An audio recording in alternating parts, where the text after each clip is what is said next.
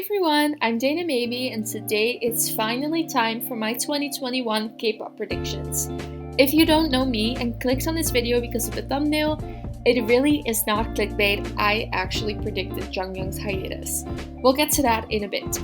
We're gonna start with looking back at my 2020 predictions to see which ones actually came true. If you're not interested in this, I will now put a timestamp on the screen that you can skip to if you're only interested in my new predictions. But if you're still here, then let's get into my 2020 predictions. So we will only be discussing the relevant ones, since some predictions not only did not come true, but also just aren't really important to discuss. IZONE and X1 will disband. Half of it became true. I'm glad IZONE did survive the scandals because this year they have been on fire with their releases and they deserve to go on longer. Everglow will fade into the background. For the largest part of this year, I seem to be right, to be honest. Dandan surprisingly did not get the most positive feedback. This probably had something to do with the massive amount of girl comebacks around that time that were also of high quality. And there was also the whole fake views thing, and of course the line distribution controversy. However, La Di Da totally saved them from irrelevancy. They came out with the retro trend at the exact right moment, and it really paid off. I've never seen anyone say they actually dislike it. I hope it stays this way for them. I do think Adios was still their most popular comeback, so I do continue to wonder if they will set the bar higher in 2021. ITZY will start becoming bigger than TWICE. You cannot deny that I was right about this one. For real, even if you stand TWICE harder than ITZY, everyone knows ITZY thrived this year and TWICE did not. Like I said in the video, I never meant to say that this would completely flip over within this year, but it's obvious that TWICE is declining and ITZY is rising. This will probably be even more noticeable in 2021. SM will debut a new girl group and it won't be the end for Red Velvet. So the debut happened and we're kind of reaching the end of Red Velvet, but these events aren't related to each other, as we all know. So, true and untrue, I will get back to this topic later in the video. BigHit will also debut a new girl group, but it's going to flop because of ARMYs. So I guess the whole girl group thing was fake news or something? I don't know. Anyways, I still 100% stand by what I said, and you really don't have to fight me about it in the comments. If you feel called out as an ARMY, it's probably because you should be. Momoland will disband. Okay, this one I am most surprised about. I can't believe Momoland survived this year. I'm so happy though because I loved their Ready or Not comeback. I'll get back to them later in the video. Blackpink will get a full album, but it's not entirely new songs. Luckily, I was wrong about this one. I wouldn't have minded if they had Kiss and Makeup and Sour Candy on it though. I do think we got scammed in the sense that it's still barely a full album with only 8 tracks, but that's besides the point. Somi will release a comeback that will kind of flop like Birthday, but then come out with another comeback that will blow up on the charts. This depends on if we count What You Waiting For as a flop. Personally, I loved it, but I know many people were disappointed. So let's wait for the banger that I'm sure will come in 2021. Dating controversies will slowly stop being a thing. Anyways, I was wrong, and it saddens me. For the sake of this comment section, I won't mention which couples I am referring to, but I think we all know that multiple people were in the negative spotlight this year for their relationships. I think it's really sad. A different member of TWICE will go on a hiatus and either she or Mina leaves the group. My first guess for this will be Jeongyeong. I cannot believe I actually predicted the exact member. I am still freaked the fuck out. I've seen people now commenting on the video that they are freaking out too. Last year, so many people gave me shit for this prediction and I was actually right. I always had a feeling that Jeongyeong was overworked. I started to notice this during Yes or Yes and it just always stuck to me. I'll get into the details about this in a bit.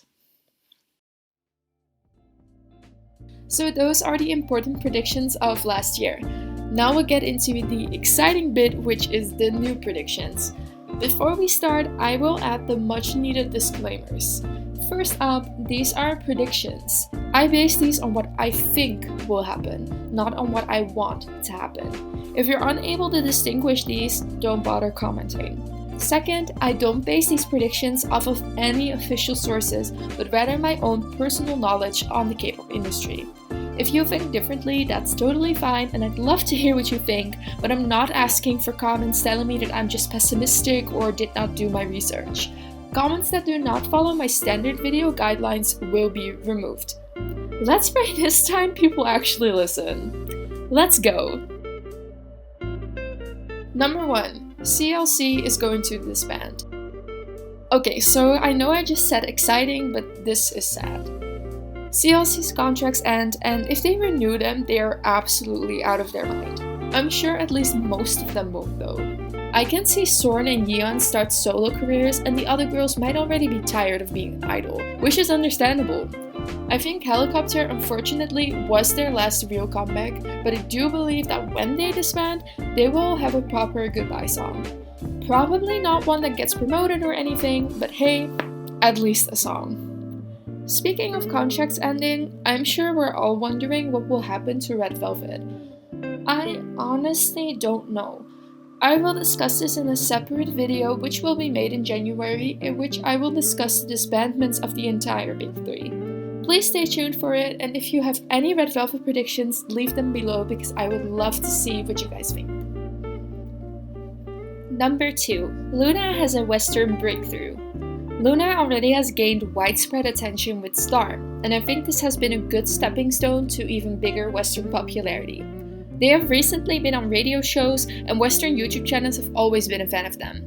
I'm obviously not talking about Blackpink popularity, but I can see them reach ITZY popularity. Probably not a tour yet since that might be above budget, but more so television shows and more prestige YouTube channels. I hope this happens because it would be very exciting for them. If they release another English banger, that could definitely get them there. As for Hustle, I honestly don't want to make any statements. I'm really unsure if she will return or not. I do think that this year will be the year in which a decision will be made, so either she returns or she officially leaves. Number 3. Something negative is going to happen with Momoland.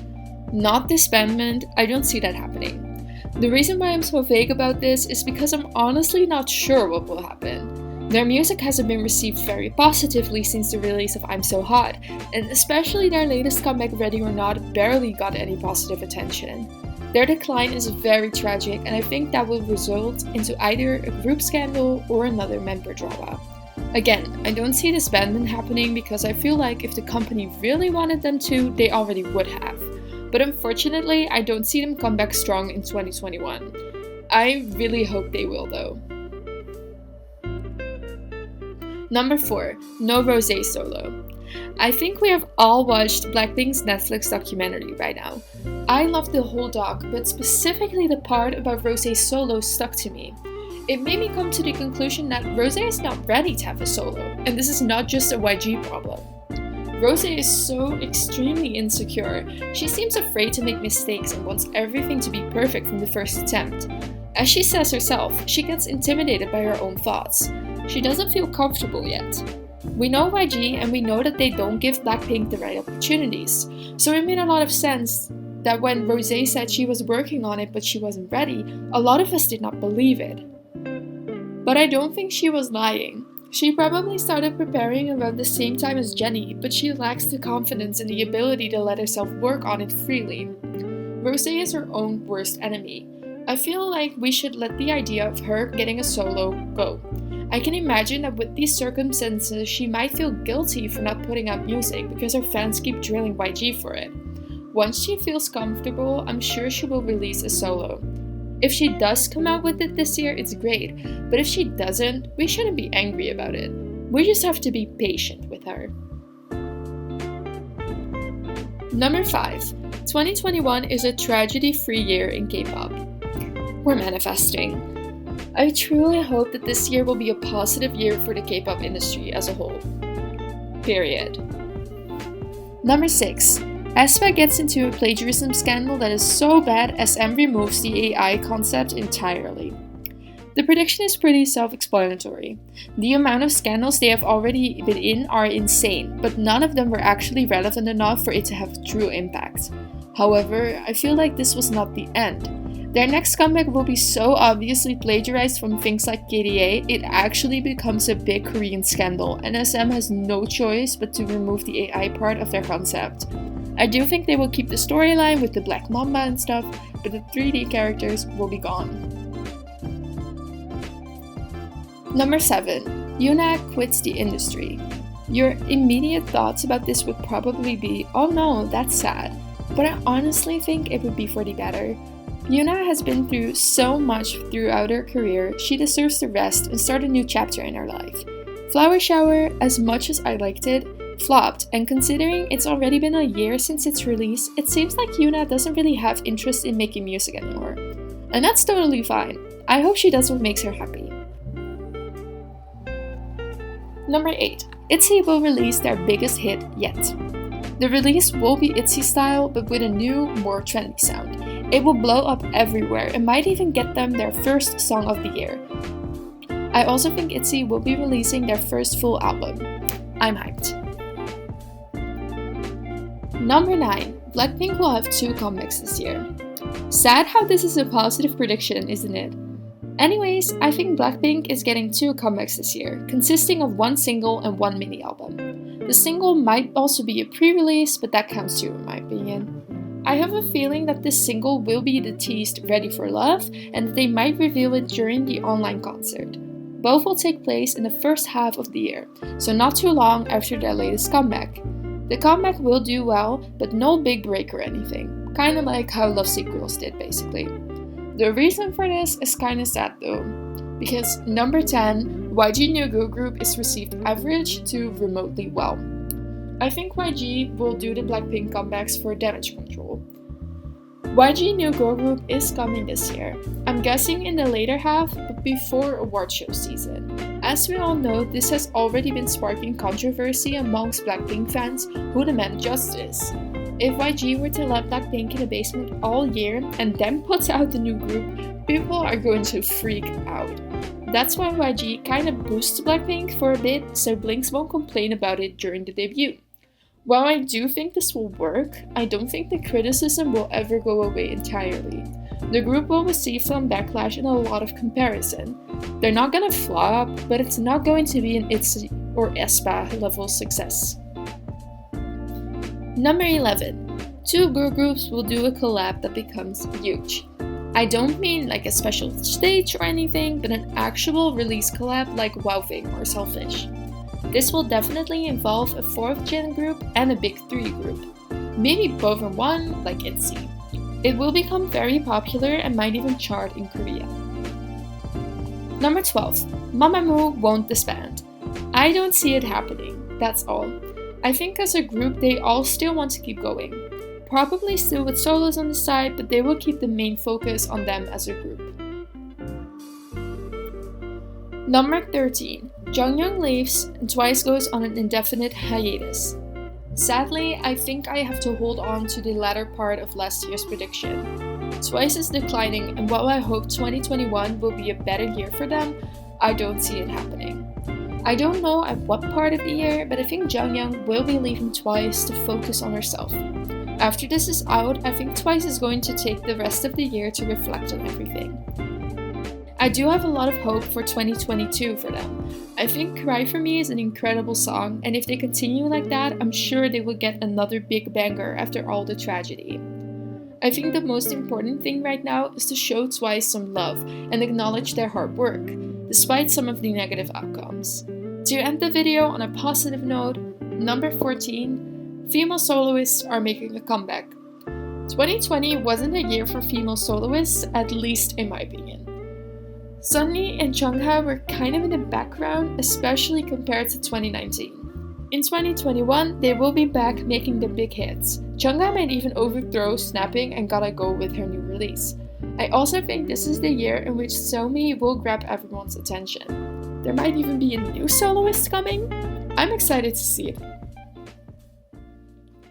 So those are my predictions for this year.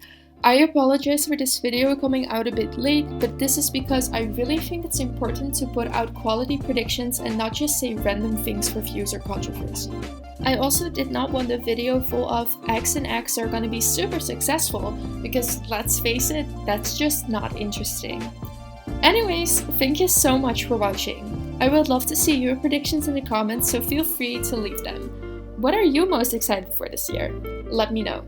At the end of this month, I will also be posting my favorite comebacks of this year, and I have some exciting videos planned for January, so make sure you subscribe to my channel if you don't want to miss them. Thank you for taking your time to watch me talk shit. I hope you all have a lovely day or a lovely night. Bye!